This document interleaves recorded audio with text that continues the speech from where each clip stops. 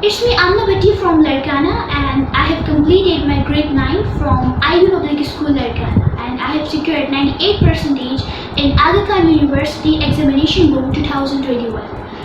I was asked by TDB World for interview, and I have shown my willingness to be a part of TDB interview. I grant permission to TDB World to upload this video on their YouTube channel, and I hope that my interview will be helpful for AQU students. TDB World shared interview questions, and based on those questions, I have created this video. So let's begin. So moving towards the first question, what is the reason for your success? To be honest, मेरी कामयाबी के पीछे 3 वजूहात हैं. पहली चीज़ hard work.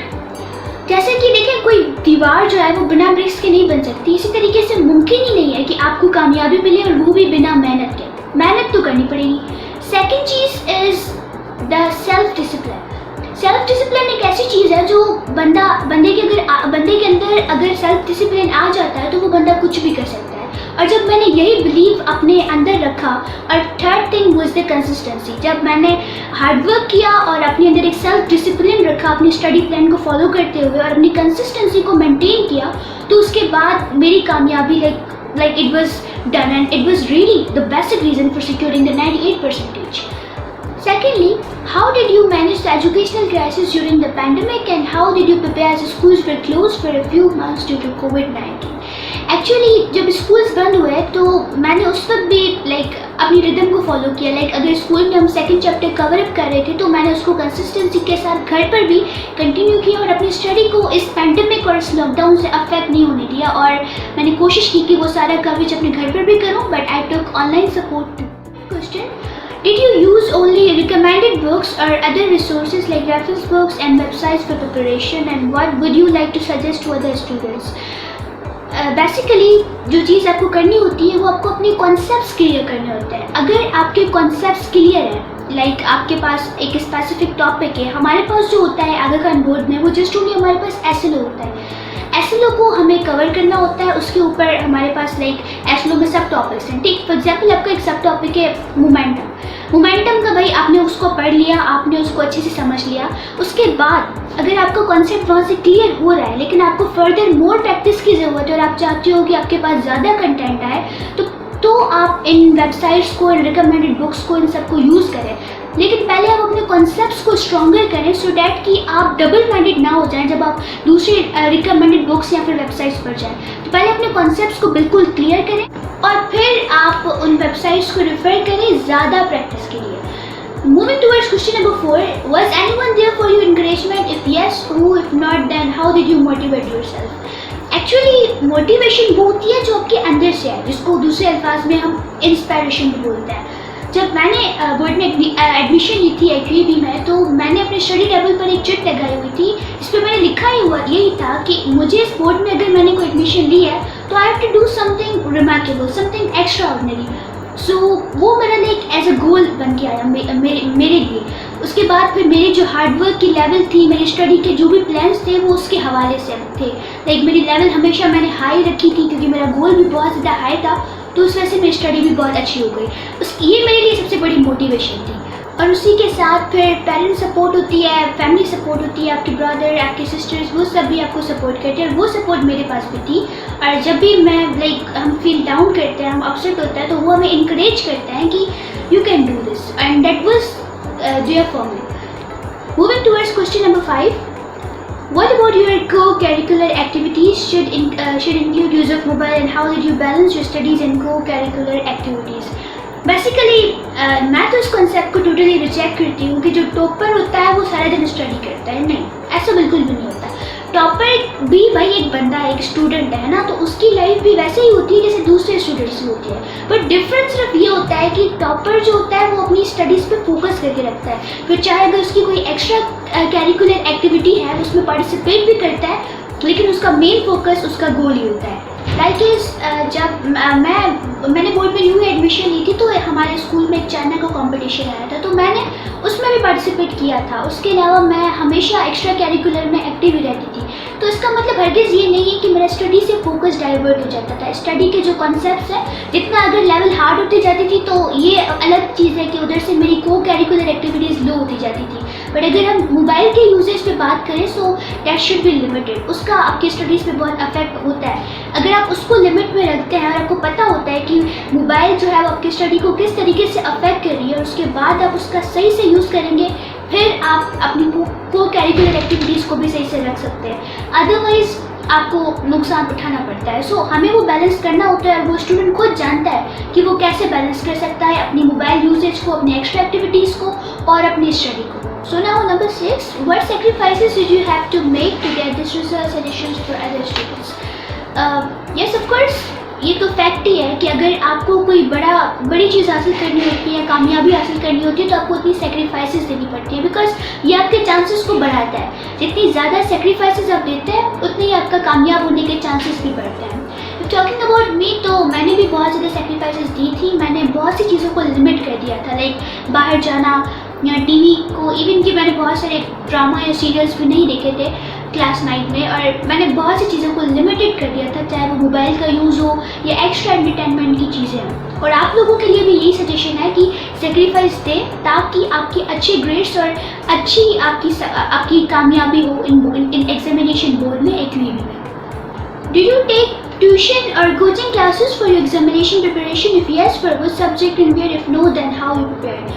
Basically ये depend करता है आप पर, मतलब एक स्टूडेंट पर, कि अगर फॉर एग्जांपल आपकी सेल्फ स्टडी से अच्छी कवरेज हो रही है और आपको लगता है कि मैं बिल्कुल सेटिस्फाइड हूँ और आपकी अच्छी ग्रिप है, so there is no need of tuition. लेकिन अगर आपकी ग्रिप नहीं हो रही और आपको लगता है कि वाकई में मुझे और प्रैक्टिस की ज़रूरत है और आप अपनी सेल्फ स्टडी से मतलब बिल्कुल भी मुतमईन नहीं है, so you must go up for a coaching centre और अ ट्यूशन और एनी स्पेसिफिक टीचर, बिकॉज वो आपको ज़्यादा ग्रिप भी कराएंगे और आपको कॉन्सेप्ट भी क्लियर करेंगे।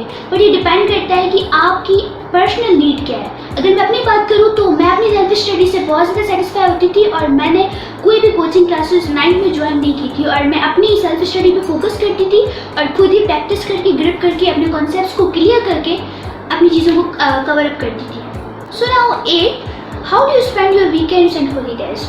एक्चुअली तकरीबन वीकेंड्स और हॉलीडेज पर ना मैं अपनी दादी के घर जाती थी और वहाँ पे उनकी हेल्प करती थी, लाइक गार्डनिंग और प्लांटेशन में। लेकिन जब लास्ट वीक्स में जब आगा खान की तरफ से हमारे सेमिनार्स कंडक्ट हुए, वीक्स नहीं मतलब मंथ्स में, तो तकरीबन टाइम टेबल में जब 3 मंथ्स थे तो उस वक्त मैंने अपनी ये एक्टिविटीज़ भी लाइक फिर कंजस्टेड कर दी, और फिर मैं अपना सारा टाइम वीकेंड्स और हॉलीडेज़ का भी अपने घर पर ही स्पेंड करती थी और वो भी स्टडीज़ को ही डेडिकेट करती थी, बिकॉज मेरे पास एक गोल था और मुझे उसको एट एनी कॉस्ट उसको पूरा करना था। Now number 9, did you always understand your school teacher's lecture? If no, then how did you understand that topic? Yes, मैं हमेशा से बेहतरीन टीचर्स की सुपरविजन में ही पढ़ी हूँ और मुझे कभी भी डिफ़िकल्टी नहीं हुई किसी भी टीचर का लेक्चर समझने में। मैं आराम से उन्हें ज्ञान कर जाती हूँ। But if any student is like facing difficulty और वो नहीं ज्ञान कर सकता किसी भी टीचर को, so there is a YouTube, okay, you must prefer YouTube because there are thousands of amazing teachers there, और आपको फिर कोई भी डिफ़िकल्टी नहीं होगी। तो कोई भी टॉपिक कवर करना बिल्कुल ईजी है, बस एक चीज़ की ज़रूरत है कि आपकी कितनी दिलचस्पी है उस टॉपिक को ज्ञान करने के लिए। बाकी टीचर्स का लेक्चर जो है वो इम्पोर्टेंस रखता है। आप कोशिश करें कि टीचर्स को समझें और उनके लेक्चर्स को गेन करें बाय रिपीटिंग देयर लेक्चर्स, और आप उनके नोट्स बनाएं तो ये आपके लिए और ज़्यादा ईजी हो जाएगा। Now the 10th, which subject was the most difficult and easiest for you and why?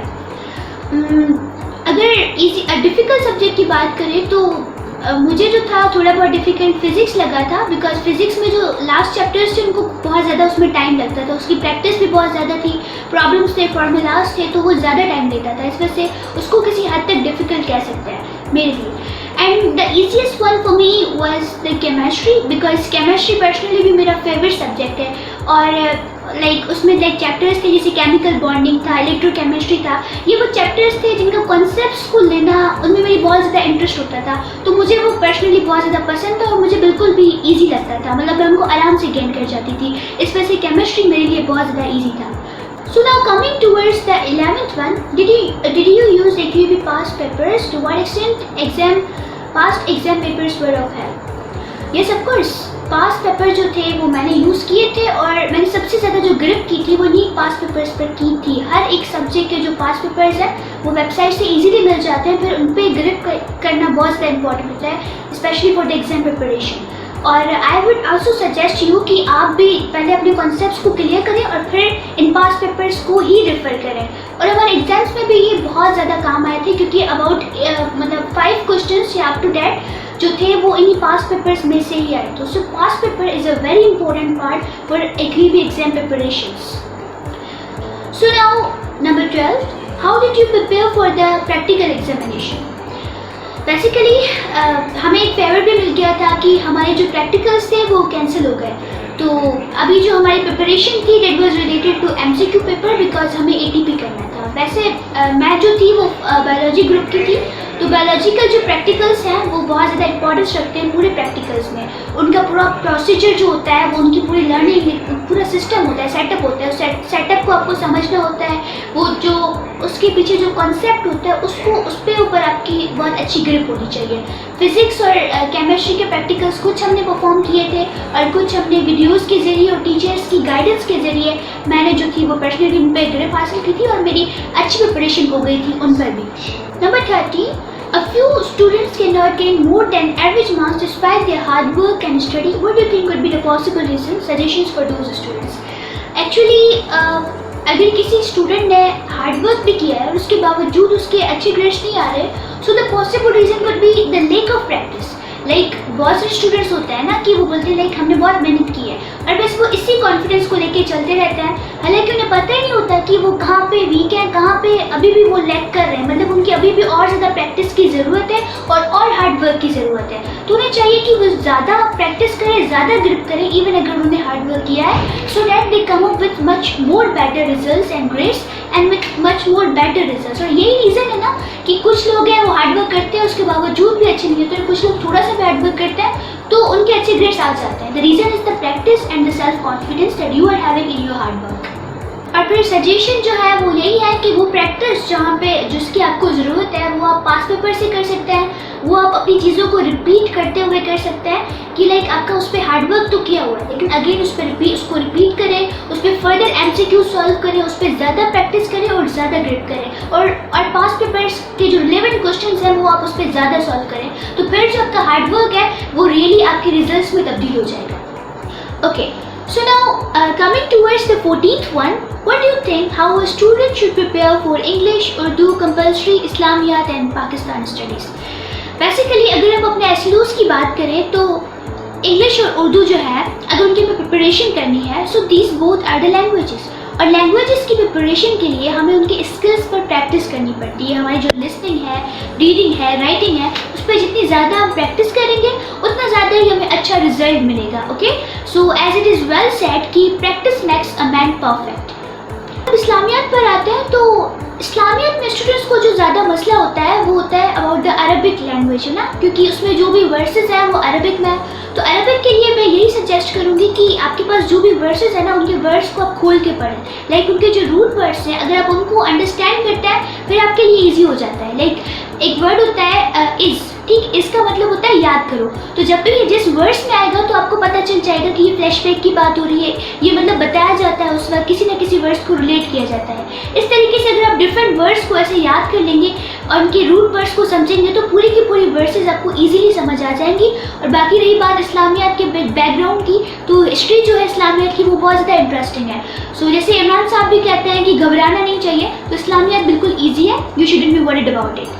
और अब बात करते हैं पाकिस्तान स्टडीज़ की, तो जनरल में ऐसे लाइक थोड़ा सा टफ समझा जाता है, बट इसको आप ओवरकम कर सकते हैं। लाइक अगर आप 3D अप्रोच रखें, आपके पास कोई भी इवेंट है हिस्ट्री में, ठीक, तो आप उसका पास्ट, प्रेजेंट, फ्यूचर सबको कनेक्ट करके उसका इम्पैक्ट और इफेक्ट पढ़ेंगे ना तो आपको बिल्कुल ईजी हो जाएगा। और फिर आपके लिए पाकिस्तान स्टडी भी like as a type of adventure हो जाएगा ना, लाइक हिस्ट्री में हम पढ़ेंगे तो और ज़्यादा मज़ेदार हो जाएगा।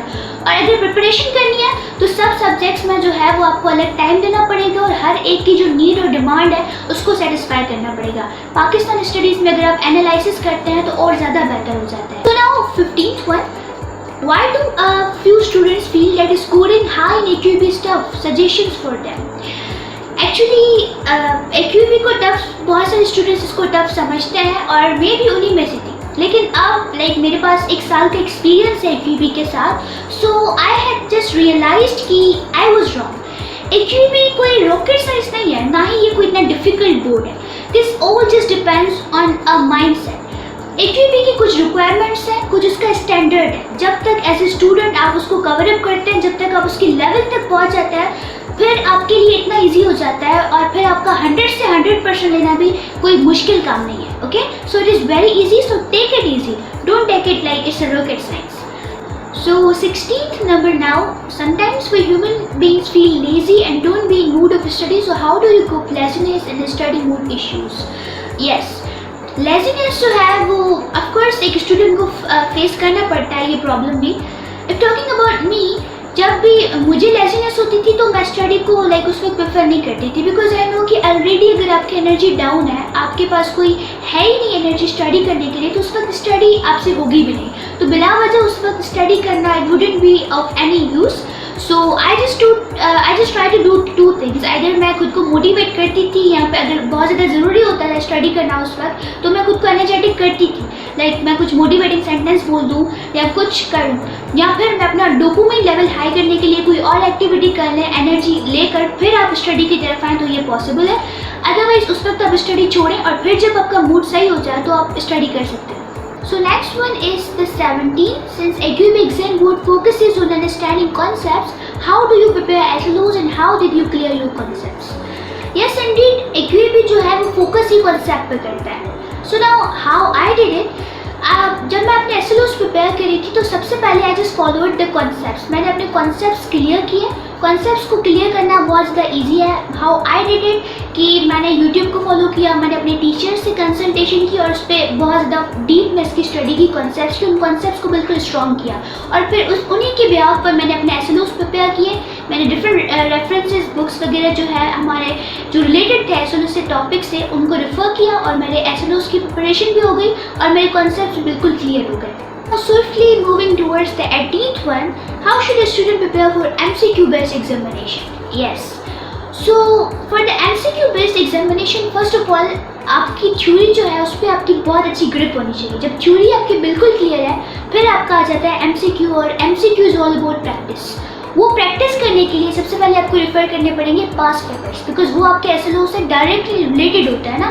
तो 2008 से लेकर 2020 तक आप सारे SLOs को बहुत अच्छे से सॉल्व करें, सारे MCQs को, और उसके बाद आपकी बहुत अच्छी प्रैक्टिस हो जाएगी, आपके कॉन्सेप्ट भी और ज़्यादा बेहतर हो जाएंगे, क्योंकि जो डिस्ट्रक्टर्स होते हैं वो आपके कॉन्सेप्ट्स को बेहतर करते हैं। उससे आपके बहुत सी ऐसी कन्फ्यूजन्स भी सॉल्व हो जाती है जो आपने सोची भी नहीं होती, और इस तरीके से ज़्यादा प्रैक्टिस, MCQ सॉल्व करने से ज़्यादा प्रैक्टिस होगी और आपके MCQ बेस्ड एग्जामिनेशन उतने ज़्यादा बेहतर होगी। Coming on 19th one now, to what extent are you satisfied with AQAB examination board? What do you like most in this examination board, and any suggestions for AQAB examination board?